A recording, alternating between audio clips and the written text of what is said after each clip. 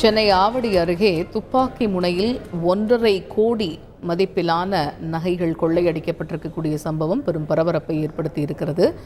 4 பேர் இந்த துணிகர கொள்ளை சம்பவத்தில் ஈடுபட்டிருப்பதாக முதற்கட்ட தகவல்கள் தெரிவிக்கின்றன. இது குறித்த கூடுதல் விவரங்களை எமது செய்தியாளர் கார்த்திக் விவரிக்க கேட்போம். கார்த்திக், இந்த கொள்ளை சம்பவத்தினுடைய முழு பின்னணி என்ன?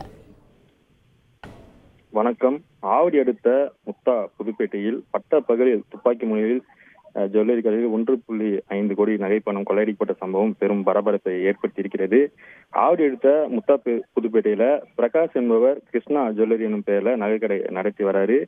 இங்கு மதியம் காரில் வந்த 4 நபர்கள் பிரகாஷை கை கால்களை கட்டி போட்டுவிட்டு துப்பாக்கி முனையில சுமார் 1.5 கோடி மதிப்பிலான நகைகளை கொள்ளையடித்து தப்பி சென்றிருக்கிறார்கள். தற்போது சம்பவ இடத்திற்கு வந்த முத்தா புதுப்பேட்டை போலீசார் அந்த பகுதியில் உள்ள கண்காணிப்பு கேமராவை ஆய்வு செய்து தொடர் விசாரணை நடத்தி வருகிறார். மேலும் நடந்தே சென்று அந்த பகுதியில் பொருத்தப்பட்ட கண்காணிப்பு கேமரா மற்றும் அந்த தெருக்களில் பொருத்தப்பட்டுள்ள மொத்த கேமராக்களையும் ஆய்வு செய்து வருகிறார்கள். பட்டப்பகல்ல ஆள் நடமாட்டம் அதிகம் இருக்கும் கூடிய இந்த பகுதியில துப்பாக்கி முனையில ஜுவல்லரி கடையில் 1.5 கோடி நகை பணம் கொள்ளையடிக்கப்பட்ட சம்பந்த பகுதியில் பெரும் பரபரப்பை ஏற்படுத்தியிருக்கிறது.